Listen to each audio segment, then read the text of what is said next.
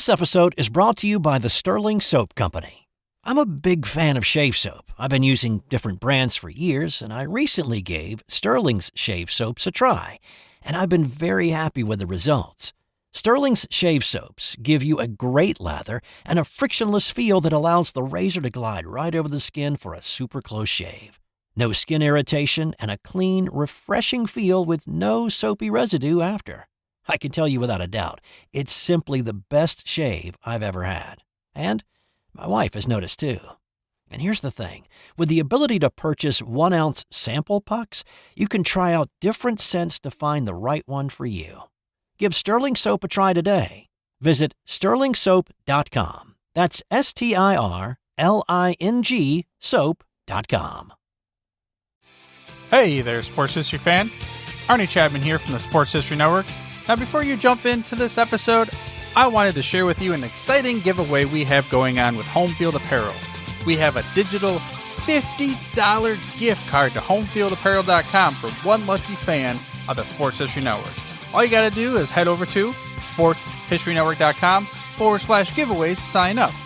Again, that's sportshistorynetwork.com/giveaways.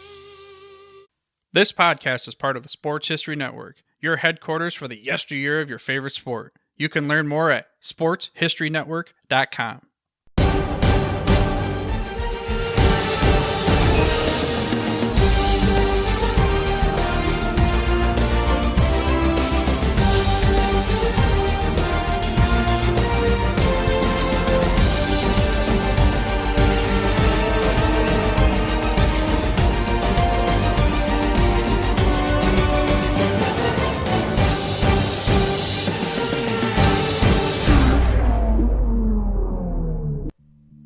A little after noontime on Monday, March 5th, 1973, yours truly was born at Iberia General Hospital in New Iberia, Louisiana. And over the next 52 years, I have lived an incredible life and is looking forward to more to come. Also in the last 52 years, I have, of course, become a major sports fan. And whenever I hear a year, I am immediately transported to a certain event or moment that, in my mind, define that particular year. So, in this episode, in celebration of my birthday, I will describe what each year reminds me of, as well as of a couple of events that also was pivotal to that year. Hello once again, everybody. This is Dana Augusta, and you are listening to the Historically Speaking Sports podcast here on the Sports History Network, which is a podcast that gives you the best of sports from back in the day, as we say all the time. As a sports fan as well as a sports historian, it seems like every year some event or some game or moment which that particular year is remembered for. So this episode will highlight those events in those years which leads up to my 52nd birthday. Later in the show, we will go back to relive my oldest sports memory. It was a college football game that featured a pair of players that would become household names in the NFL for the next decade. This game also put a spotlight on, at the time, a little-known California-based college football game that had more than its share of high-scoring classics. So, once again, sit back, relax, and turn up the volume. You are tuned in to the Historically Speaking Sports podcast here on the Sports History Network.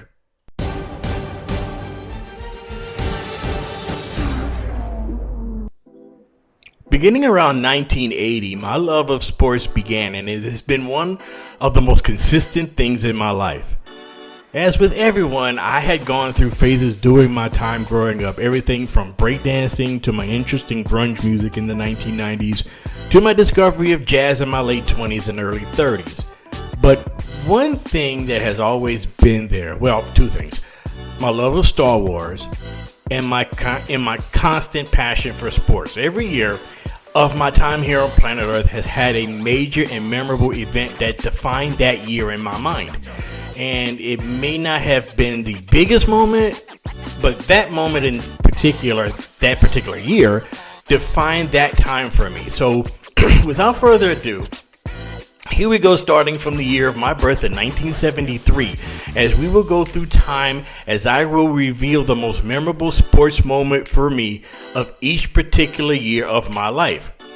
Now, beginning in 1973 and that year, the most famous athlete was not even human. A thoroughbred named Secretariat captured the hearts of sports fans and also non-sports fans that year, winning the Triple Crown in horse racing, which included the Belmont Stakes, the final leg of the Triple Crown, which he won by an incredible 31 lengths. Also taking place that year was O.J. Simpson. He was just as popular, in a good way, as with Secretariat. He became the first player to rush for 2,000 yards in an NFL season, and he did so in a 14-game campaign. Also in 1973, the big redhead from San Diego named Bill Walton led UCLA to their 7th consecutive national championship in college basketball. Moving to 1974, the Raiders had ended the Dolphins' reign as Super Bowl champions in one of the most memorable games in NFL history, as quarterback Ken Stabler, as he was falling down, completed a pass to running back Clarence Davis between several Miami defenders for the game-winning touchdown, earning that divisional playoff game the nickname the Sea of Hands. Other events of that year included the A's winning their 3rd consecutive World Series title and the UCLA dynasty being interrupted by North Carolina State. And thanks to the rope-a-dope, Muhammad Ali captured the heavyweight title over George Foreman. In 1975, the greatest World Series game ever occurred in Game 6 when the Boston Red Sox and the Cincinnati Reds played a game that rejuvenated America's love for baseball, when Red Sox catcher Carlton Fisk hit a dramatic home run in extra innings to force a Game 7, which ultimately was won by the Reds. Also in 1975, the Thriller in Manila, the 3rd epic title fight between Muhammad Ali and Joe Frazier, and the unusual NBA Finals between the Washington Bullets and the Golden State Warriors, which featured not one, but 2 African-American head coaches, Al Attles for the Warriors, who would end up sweeping the K.C. Jones-coached Bullets in 4 games. Moving on to 1976, and that was the American Bicentennial. And in my mind, the biggest event that year, just like the year before, took place in the city of Boston. In Game 5 of the NBA Finals between the Celtics and the Phoenix Suns was the most incredible NBA Finals game ever. In triple overtime, the Celtics prevailed, but the Suns erased a 20-plus point deficit, and in the final 19 seconds of the second overtime, featured a clutch steal of an inbound pass, a pair of buzzer beaters, a premature court storming, and an official assaulted by a fan. 70s basketball. Also, things that highlighted things in 1976, the Indiana Hoosiers, led by Coach Bob Knight, became the last team to go undefeated in college basketball to win the national championship, and the Summer Olympics for the first time was held in Canada. And the star of those Olympics was a decathlete named Bruce Jenner. I have always wondered whatever happened to him. 1977, a landmark year for me. It was the year Star Wars and Close Encounters of the Third Kind was released. 2 movies that shaped my life as far as movies are concerned. What also I remember about 1977 was Walter Payton in the original flu game. He rushed for 275 yards with a 101-degree fever over the Minnesota Vikings. Another hero of mine that year and forever forward was Reggie Jackson, whose 3 home runs off of 3 different pitchers in Game 6 of the Fall Classic gave the Yankees the win over the Dodgers. In 1978, also the game that haunts Charger fans to this day was the game in the NFL regular season. That year, San Diego lost to the Raiders in what will forever be known as the Holy Roller. In the final seconds of the game, facing a 4th down, Ken Stabler fumbled, supposedly. Then batted the ball. The ball was batted forward by Pete Banaszak and then recovered in the end zone by Hall of Fame tight end Dave Casper for the game-winning touchdown, which is illegal as hell, but it counted. Typical example of Raider thievery and cheating. Also in 1978, Muhammad Ali winning the heavyweight title for the 3rd time, this time over Leon Spinks. And the second horse in our trip down memory lane affirmed, winning the Triple Crown in horse racing and the last for several decades. The year of 1979 was also memorable for me off the field, as my sister Nikisha was born in July of that year. Yet a few months earlier, the first ever meeting between Irvin Magic Johnson and Larry Bird meeting in the national championship game for college basketball. Still, the highest rated college basketball game in history and the birth of the golden age of basketball, college and pro in this country. And also in 1979 year in sports, thanks to the disco beat of Sister Sledge, the We Are Family Pittsburgh Pirates won the World Series, rallying from 3-1 down to beat the Baltimore Orioles, and also that year the Seattle Supersonics winning their only NBA title, sweeping the Washington Bullets in 4 games.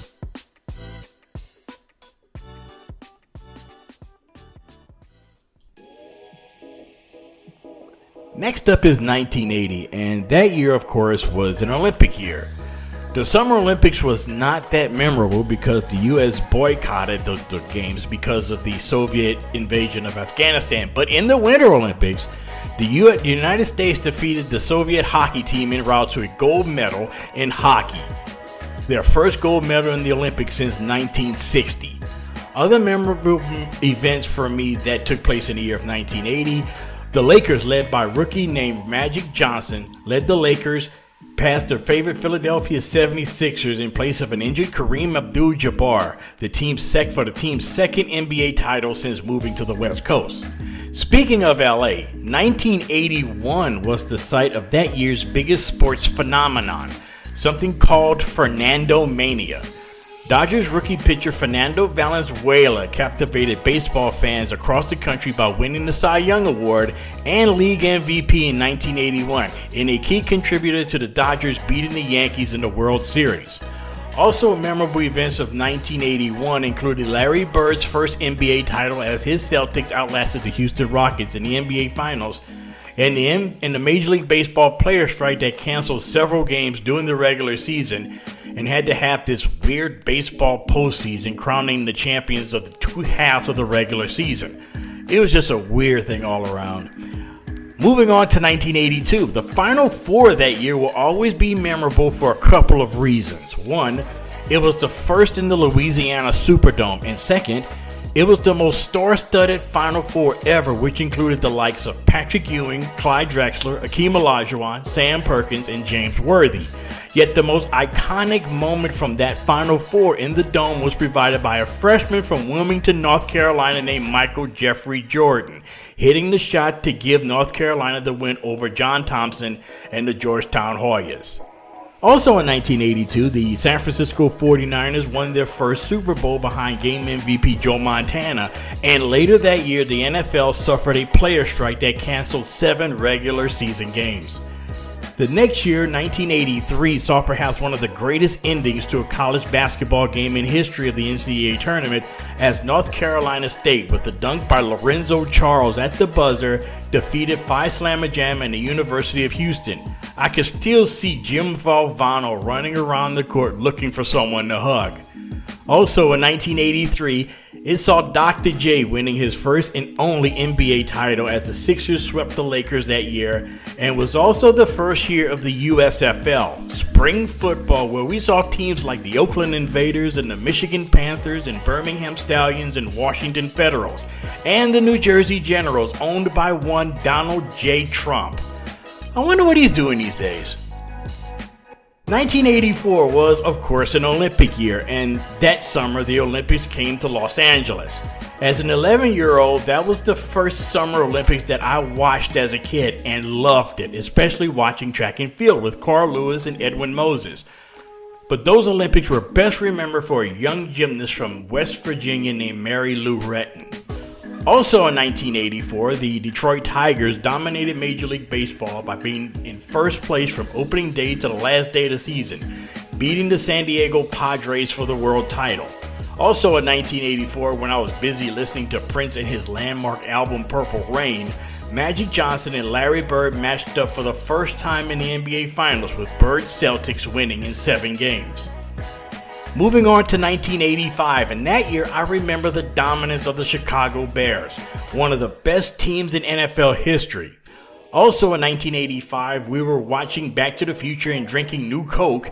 Villanova upset Georgetown in the Final Four, and the Kansas City Royals won the World Series in 7 games over in-state rival St. Louis Cardinals. The next year, 1986, was a big year for New York sports. The Mets beat the Red Sox in 7 games, denying Boston a world championship, and of course, what was most memorable about that fall classic was Game 6 in the Bill Buckner play, where it went through the Boston's first baseman's legs to give the Mets the win to force Game 7. The Giants were on their way to winning their first Super Bowl in a major upset, and the major upset in the NBA playoffs was the Houston Rockets, thanks to a miraculous shot by Rockets center Ralph Sampson, defeated the Lakers and ultimately losing to the Boston Celtics in the finals. Now, moving on to 1987, and the most memorable moment for me did not take place in football or basketball or even baseball. It actually took place in golf, as Larry Mize hit an incredible chip shot from over 100 feet away in sudden death to beat Seve Ballesteros and Greg Norman at the Masters.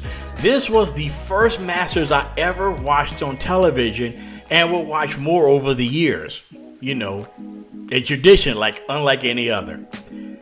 In college football that year, the Penn State Nittany Lions upset the Army fatigue-wearing Miami Hurricanes in the Fiesta Bowl, and Keith Smart leads Indiana to win the national championship over Syracuse, connecting on a jump shot along the baseline with 4 seconds remaining in the national championship game once again in New Orleans.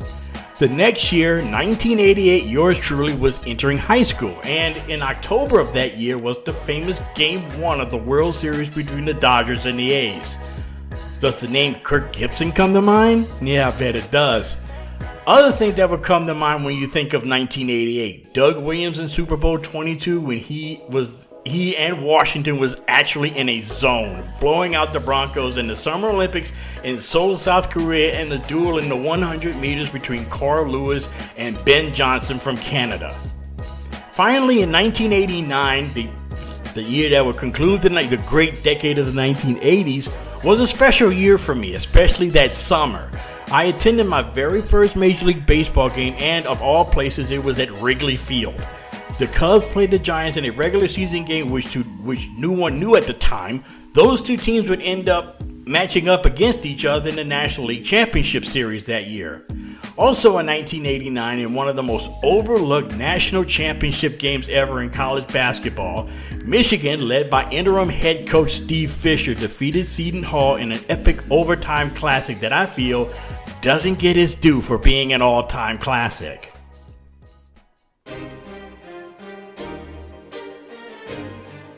Moving on to 1990, and in this time period, I was a total basketball junkie.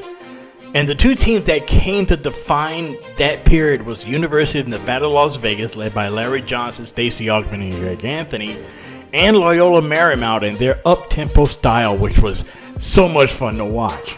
The Running Rebels won the national championship by blowing out Duke, but 1990 was also the tragic death of Loyola Marymount star Hank Gathers. It is sad then, and it still hurts all these years later.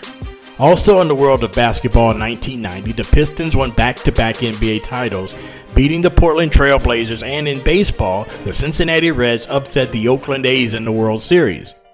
In 1991, the year I graduated high school, the Chicago Bulls and Michael Jordan won their first of 6 NBA championships. And then to avenge their lopsided loss in the national championship game the year before, the Duke Blue Devils defeated UNLV in the Final Four en route to their first national championship under head coach Mike Krzyzewski. Yet to me, the event in my mind that represents 1991 is the World Series that year between the Atlanta Braves and the Minnesota Twins, especially that unbelievable Game 7. The most exciting 1-0 extra inning game you'll ever see, where the Twins won their second World Series in 5 years. Continuing to 1992, Duke won its second national title in a row, yet the game between them and Kentucky in the Elite Eight to me was the best college basketball game I had ever seen. The Christian Laettner shot and his overall performance is still shocking to me. 1992 was also an Olympic year, and the 92 Olympics in Barcelona means only one thing: the Dream Team. and the famous Michael Jordan shrug against the Portland Trail Blazers in the finals. 1993, in the Superdome, North Carolina wins the national championship over the Fab Five and Chris Webber's infamous timeout. Also in my mind's eye from 1993 was John Paxson's shot to give the Bulls their third consecutive NBA title. And in the Fall Classic, Joe Carter's home run to keep the World Series trophy north of the border. Then there's 1994. There was a lot of things that happened in the year of sports that year that were consequential to me and the way I look at sports today. That year, the World Cup was in the United States for the first time. My Chargers finally reached the Super Bowl only to get blasted by the 49ers. Watching the Stanley Cup for the first time, and I witnessed the New York Rangers winning 7 games over the Vancouver Canucks. But overshadowing all of that, a slow speed chase on a Southern California highway that featured a white Bronco which interrupted the NBA Finals. And everyone knows what happened after that. Now, moving on to 1995, the Major League Baseball was coming off of a strike that canceled the World Series for the first time since 1904, but made a major stride to get back into its good graces in the American sporting public. That year, Baltimore Orioles shortstop Cal Ripken Jr. broke the seemingly unbreakable record of consecutive games played, which was held by Lou Gehrig. And for a short while, baseball was the lead story for actually something positive. To me, 1995 will always be remembered for the NBA Finals, especially Game 1 where Nick Anderson missed 4 straight free throws that would have avoided overtime, and UCLA winning their most recent national championship, their first in 20 years. 1996 was also another memorable and eventful year in sports. The Bulls, in addition to winning back-to-back world championships, became one of the greatest single-season teams in NBA history by winning 72 regular season games and beating the Sonics in the NBA Finals. Also that year, the Cleveland Browns made it official and moved to Baltimore and became the Ravens. Yet the most iconic and memorable moment of that sports year of 1996 was the opening ceremony in the Olympics that year in Atlanta when the greatest, Muhammad Ali, emerged from the shadows on top of Turner Field and lit the Olympic cauldron amid cheers and tears. 1997, literally 50 years after Jackie Robinson broke the color barrier in baseball, Tiger Woods won his first Masters in the final round that was never really in doubt, making his famous red shirt on Sunday one of the most iconic images over the last 30 years in sports. Also taking place in 1997, that was very memorable for me, the Arizona Wildcats, winning their only national championship in college basketball in a final against Kentucky and one of the most overlooked finals ever. Not only in like this one, but also like the one in '89. Not only this Lute Olson coached team became the first team in NCAA basketball history to win a title without a senior on the team, but more importantly became the first team to beat 3 number 1 seeds en route to a national championship. And those teams, the Kansas Jayhawks led by Scott Pollard and Paul Pierce, North Carolina paced by Antoine Jameson and Vince Carter, and Kentucky in the title game. The next year, 1988, the year I graduated from Southern University, had 2 major events that made that year memorable for so many reasons for me. First, it would be the final championship for the Chicago Bulls led by Michael Jordan. Who could forget the final shot over Brian Russell, holding his hand up in his follow-through, claiming championship number 6 of the decade. But what really was the headline event for me in 1998 was the summer-long home run chase between St. Louis Cardinal first baseman Mark McGwire and Chicago Cubs outfielder Sammy Sosa in pursuit of the single-season home run record held by Roger Maris since 1961. Both players shattered that record, with McGwire hitting 70 home runs while Sosa hit 66. And then continuing on to 1999 and the fears of Y2K. Y'all remember that? Anyway, 1999, in year 1 of the post-Jordan era, albeit temporarily, the San Antonio Spurs, with a young Tim Duncan and veteran David Robinson and fellow Southern University alum Avery Johnson, wins their first NBA title. And sticking with basketball, one of the most overlooked national championship upsets, so another team that would dominate basketball for the next couple of decades, winning their first championship as Rip Hamilton led the Yukon Huskies past the Elton Brand, Trajan Langdon, Duke Blue Devils in the national championship game played at, of all places, Tropicana Field, the first and only baseball-specific stadium to host the Final Four. Now on to the 21st century in the year 2000, and there was no widespread effects from Y2K. For me, the most memorable moment came not in a Super Bowl or the World Series, though it did have moments that we would highlight. But the memorable moment for me came in Game 7 in the 2000 Western Conference Final between the Lakers and the Blazers to conclude a Lakers rally. Kobe Bryant connected with Shaquille O'Neal and perhaps the most famous alley-oop in NBA history to propel the Lakers to the finals where they would defeat the Indiana Pacers.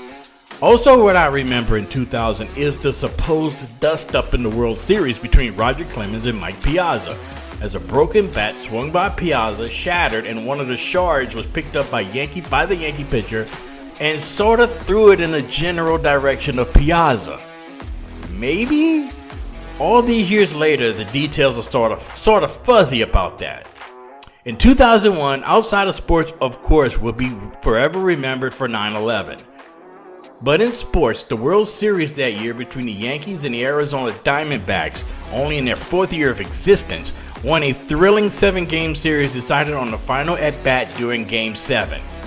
2002 marked the birth of the New England Patriots dynasty, as New England, led by a little-known quarterback from Michigan named Tom Brady, pulled off the major upset over the St. Louis Rams.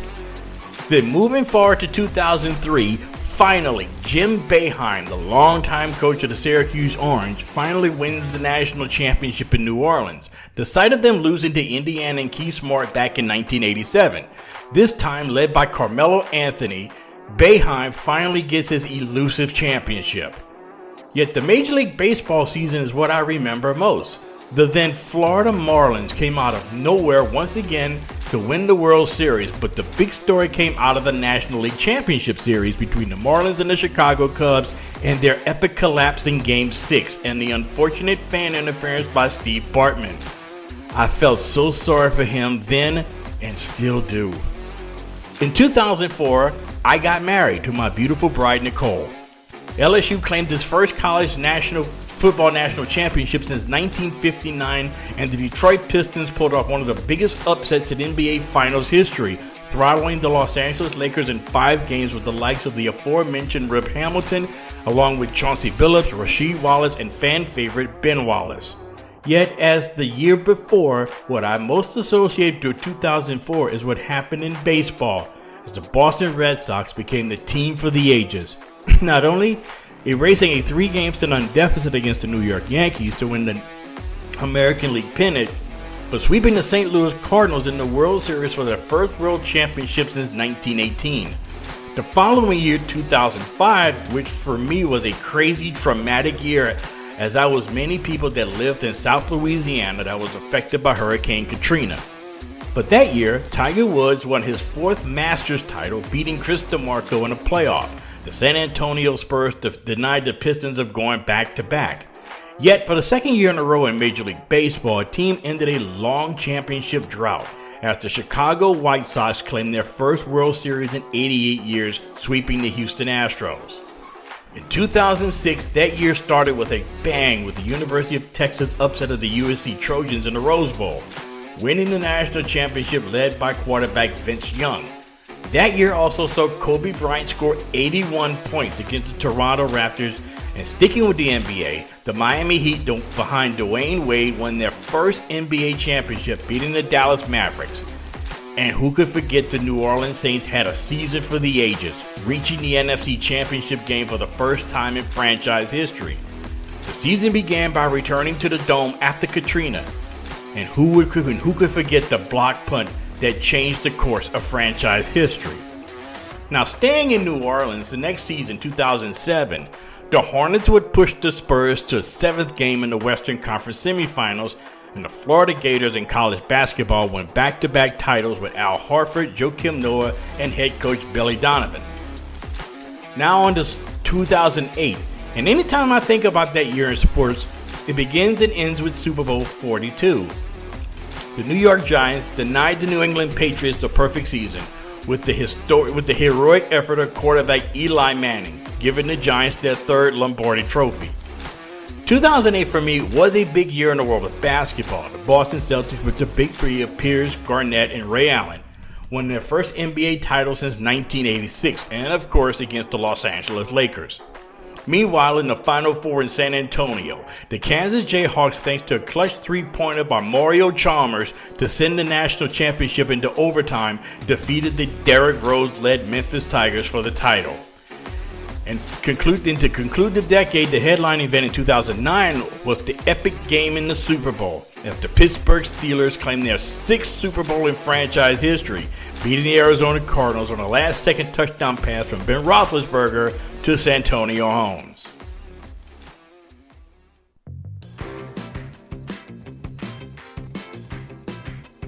In 2010, for fans in South Louisiana, hell had officially frozen over as the Saints, the long-suffering New Orleans Saints, finally not only reached the Super Bowl, but won it over native son Peyton Manning and the Indianapolis Colts in Miami. Also that year in the Final Four, Duke won the national championship literally by the skin of their teeth over Butler, led by Gordon Hayward's last-second shot from midcourt rimmed out as the last second ticked off the clock. In 2011, the Miami Heat had become the most hated team in pro sports because Miami had acquired both LeBron James and Chris Bosh and proclaimed them not winning not 5, not 6, not 7 championships. Yet, in the finals that year, the Dallas Mavericks, led by Dirk Nowitzki, defeated the Heat in a mild NBA upset. Moving on to 2012, which was an Olympic year, where the world's athletes converged on London that summer. And also that year, the New York Giants made it 2 in a row over the New England Patriots in Super Bowls in another thrilling big game in Indianapolis. Also that year, LeBron James wins his first NBA championship, beating Oklahoma City in the NBA Finals, and also Peyton Manning moved on to the Denver Broncos to finish off his illustrious career. The next year, 2013, the year I turned 40, the Baltimore Ravens defeated the San Francisco 49ers in the Super Bowl that was overshadowed by a nearly 40-minute blackout. But for me, the most memorable moment that year came in the NBA Finals, as Miami Heat sharpshooter and future Hall of Famer Ray Allen connected on a clutch three-pointer in the final moments in Game 6 in the NBA Finals to force a Game 7 against the San Antonio Spurs, which the Heat would eventually win.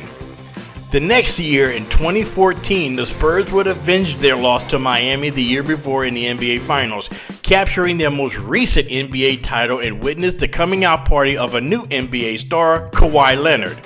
Also in the Super Bowl in East Rutherford, New Jersey, saw the Seahawks destroy the Broncos. Yet, what was the most memorable about that game for me was the coin toss, as Joe Namath came out for the toss in a fur coat, similar to the one he famously wore on the sidelines when he was a player for the New York Jets. Moving on to 2015, the Patriots denied the Seahawks from their second consecutive Super Bowl with one of the most controversial play calls in Super Bowl history, as Malcolm Butler intercepted a Russell Wilson pass in the end zone to seal the game.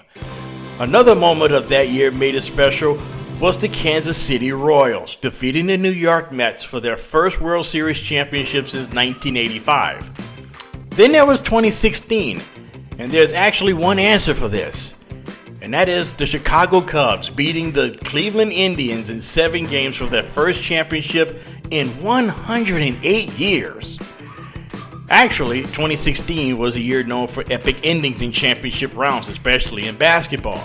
In the NBA Finals, 2016 will be forever known for the clutch shot block on the breakaway layup by LeBron James on Andre Iguodala, and in college, Villanova's Chris Jenkins' last-second three-pointer in Houston gave the Wildcats their second ever national championship. A great year all around. 2017 was known for one thing, especially here in Atlanta: the comeback. The Patriots, down by 25 in the Super Bowl, rallied to beat the Falcons in overtime, cementing Tom Brady's legacy as the greatest quarterback of all time. Sorry, Atlanta fans. While in 2018, the Eagles celebrated their first Super Bowl win in franchise history on the strength of the Philly Special. The real story of the year, however, it came in the NCAA tournament. For the first time ever, a 16 seed, the University of Maryland, Baltimore County, defeated top seed Virginia in the biggest first-round upset ever. Also in this same tournament, Loyola of Chicago, an 11 seed, reached the Final Four for the first time since winning it all in 1963.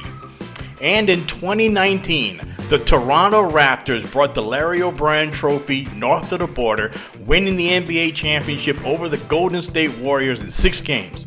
The most memorable moment of that playoff run, however, was in the miraculous shot by Kawhi Leonard that bounced around the rim 4 times before going in to eliminate the Philadelphia 76ers.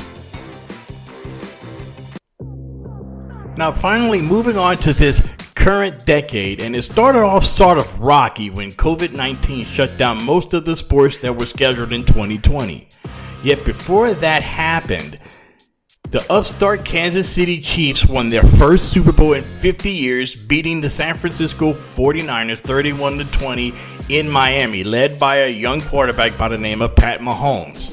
Then, in 2021, I had the unique experience of living in a city that celebrated a world championship as the Atlanta Braves defeated the Houston Astros in 6 games. This marked the Braves' second World Series title since moving to Atlanta in 1966. The next year, 2022, saw the Los Angeles Rams officially marking their triumphant return to Tinseltown, winning the Super Bowl in their home stadium and no less, beating the Cincinnati Bengals for their first Super Bowl championship as the Los Angeles Rams. In 2023, the Denver Nuggets, led by versatile center Nikola Jokic, won their first NBA title. And on a more serious note, 2023 will be the year that we witnessed the medical scare in real time of Buffalo Bills defensive back Damar Hamlin. And finally, in 2024, last year, the Chiefs repeated as Super Bowl champions, and UConn was also repeat champions in the world of college basketball. But as someone who followed the Celtics all my life, the Celtics broke the tie with the Los Angeles Lakers, winning their 18th NBA championship, beating the Nuggets in the NBA Finals. So that's it. That is our stroll down 52 years of my life as a sports fan, is highlighting the most memorable moments from every year of my life thus far. And I'm looking forward to many, many more memories. And I'm also looking forward to share them with you out there listening. So thank you guys, and we'll be right back right after this.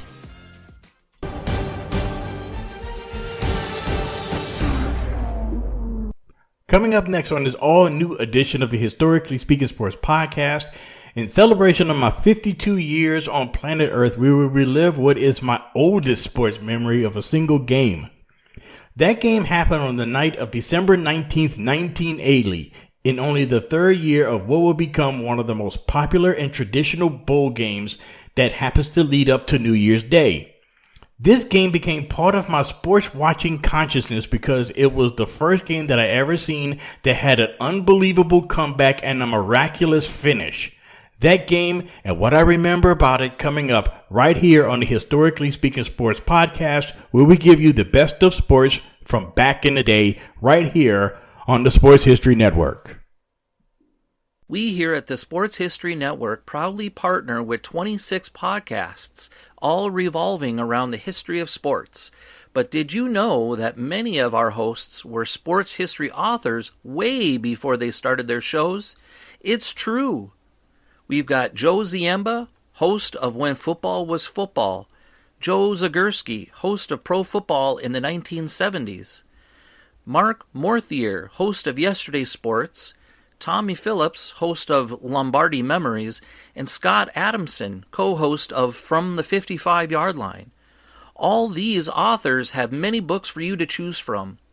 To check them out, go to our website at sportshistorynetwork.com/sportshistorybooks. Pick up your copy today.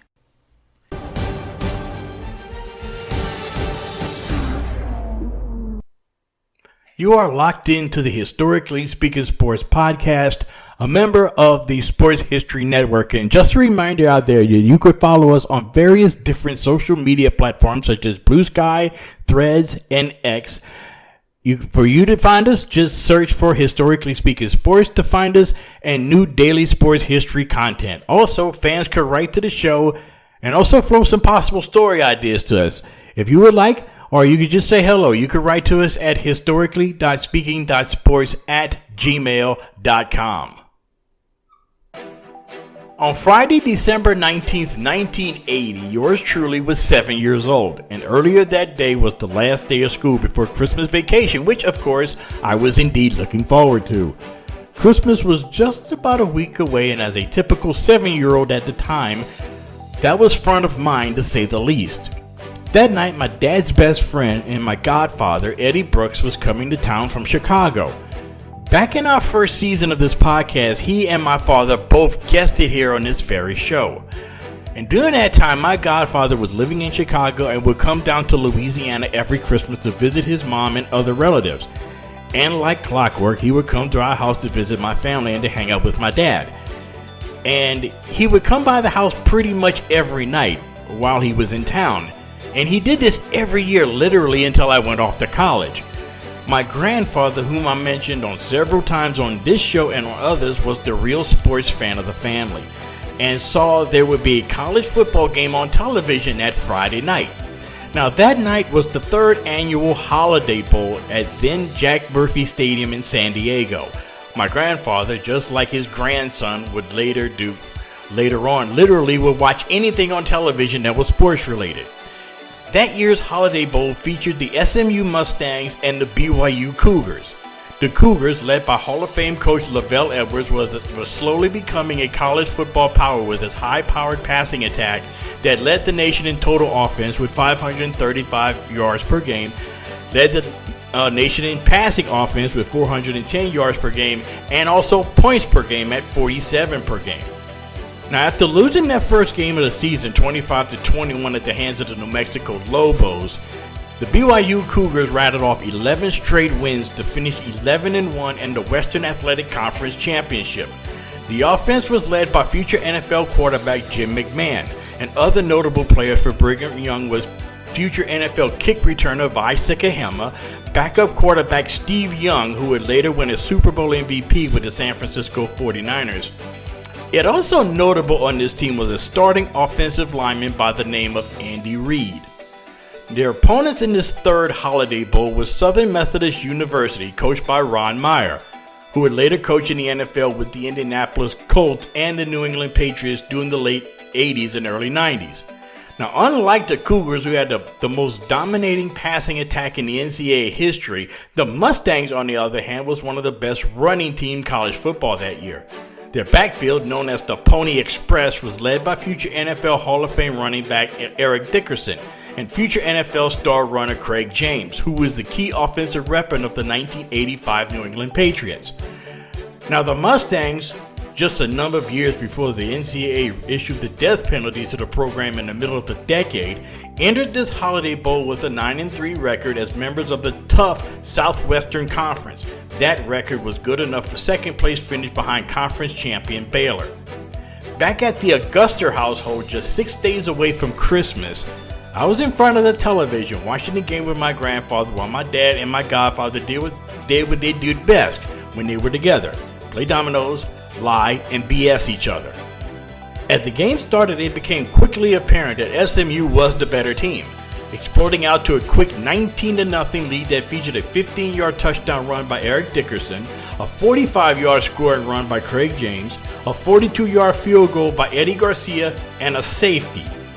The Cougars didn't get on the board until late in the first quarter when BYU quarterback Jim McMahon connected on a 64-yard touchdown pass to Clay Brown. Remember that name. Now, for most of the remainder of the game, SMU seemed to have complete control of the game, and with 4 minutes remaining in regulation, the Mustangs had a commanding 45-25 lead. It was getting late, and my mom said it was time for me to go to bed, but as a typical 7-year-old, I wanted to stay up late. I didn't really have anywhere to go the next day. It was Saturday, and we were off from school for the next couple of weeks for Christmas. So after doing some pleading, my mom let me stay up to watch the final few minutes of the game. And what a game it turned out to be. Down by 20 points, the Cougars, who entered the game of having never won a bowl game to this point, it all had seemed hopeless. Except for BYU quarterback Jim McMahon, who was caught on camera screaming at his teammates to keep their heads in the game, and it wasn't over. With that, McMahon threw a 15-yard touchdown pass to Matt Braga, and after recovering a successful onside kick, McMahon marched his team down the field to the 1-yard line. From there, Scott Phillips scored, and just like that, the Cougars had trimmed the Mustang lead to 45-39. Then, with under a minute remaining, BYU forced Southern Methodist to go 3 and out. Now, not only was my grandfather and I deeply caught up in what was happening in the game, but my dad and my godfather, who had been drawn into this game as well. With 13 seconds left, BYU blocked the punt and the ball was recovered by the Cougars on the Mustang's 41-yard line. Now, with the four of us in total disbelief of what we were seeing on television, especially me, since this was the first real great football game of any great game, for that matter, I had ever seen. In fact, the announcers calling this game, the legendary Ray Scott and color analyst Grady Alderman for the great and defunct Mizzaloo Sports Network, said that this was all-time great game, something I had never before had heard, especially in real time. After a couple of McMahon incompletions, there was one last play for the Cougars. The ball was snapped for the final play of the game. I can remember as if it happened 10 minutes ago instead of 45 years ago. I can remember my dad saying, "Oh my goodness, BYU's going to win this game." As McMahon fired his long desperation pass, it seemed like the entire SMU defense was in the end zone. And as the ball came down amid several players, BYU's Clay Brown managed to outleap 4 Mustang defenders to come up with the ball to tie the game at 45 apiece with no time left. As a 7-year-old, I really didn't know what I was seeing, as my dad, grandfather, and my godfather all said at the same time, "Oh man, he caught it." The Cougars ran on the field in celebration, but still was the all-important extra point ensuing. Kurt Gunther kicked the PAT, and the Cougars won one of the greatest games in college football history. But this was also the first really great game I had ever seen in a life filled with great and awesome games I had witnessed both on television and in person. In the final analysis, BYU scored 21 points in the final 2 minutes and 33 seconds in regulation. And this was the first great game I had ever seen. But it was also my furthest and oldest sports memory.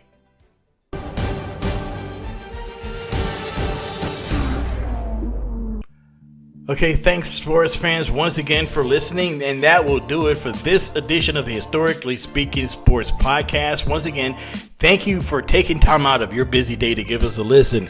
This podcast comes to you from the Bill King Memorial Studios in the sports wing of TM4 Enterprises, located in suburban Atlanta in the shadow of Stone Mountain.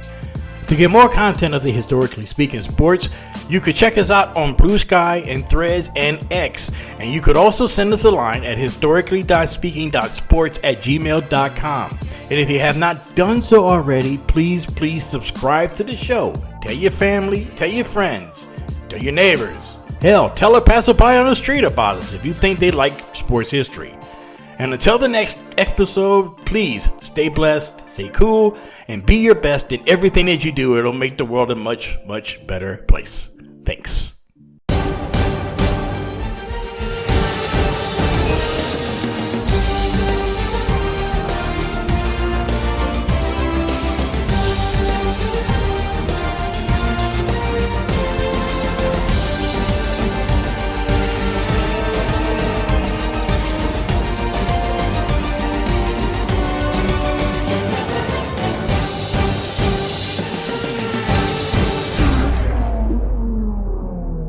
Hey there, sports history fan. This is Arnie Chapman, aka the Football History Dude, and I hope that you enjoyed this recent episode presented by the Sports History Network and were able to learn some good old-fashioned sports history knowledge nuggets. I started the Sports History Network back in 2020 with the mission to help podcasters find a community of like-minded sports history nerds, as well as helping aspiring podcasters to start their own shows. We have a little bit over 30 shows on the network right now covering all sorts of sports history, but as far as I'm concerned, we're just at the toothpick in the ocean moment, that can't even figure it out because there's so much more coming. We wanted to create the ultimate headquarters for sports yesteryear, starting with Podcast Network and our website, but we're going to continue to move into other mediums as well. And here's the cool part, because we want you to be part of our team. So if you're interested in starting your own podcast, or maybe being a guest on one of our shows, or who knows, maybe even writing an article for us over on the website. Seriously, all you gotta do is reach out to us on the contact page over at sportshistorynetwork.com. You can be as technologically savvy as a Neanderthal tapping on a stone trying to figure out this whole hieroglyphics thing back in the day. Again, it doesn't matter, because even if you don't understand the whole podcast space, we have a production team that can pretty much help you out with doing everything. All you gotta do, head over to sportshistorynetwork.com, head to the contact page, fill it out. That message goes right to me, and I'll reach out to you as soon as I can. But for now, dude, I'm through if you're through.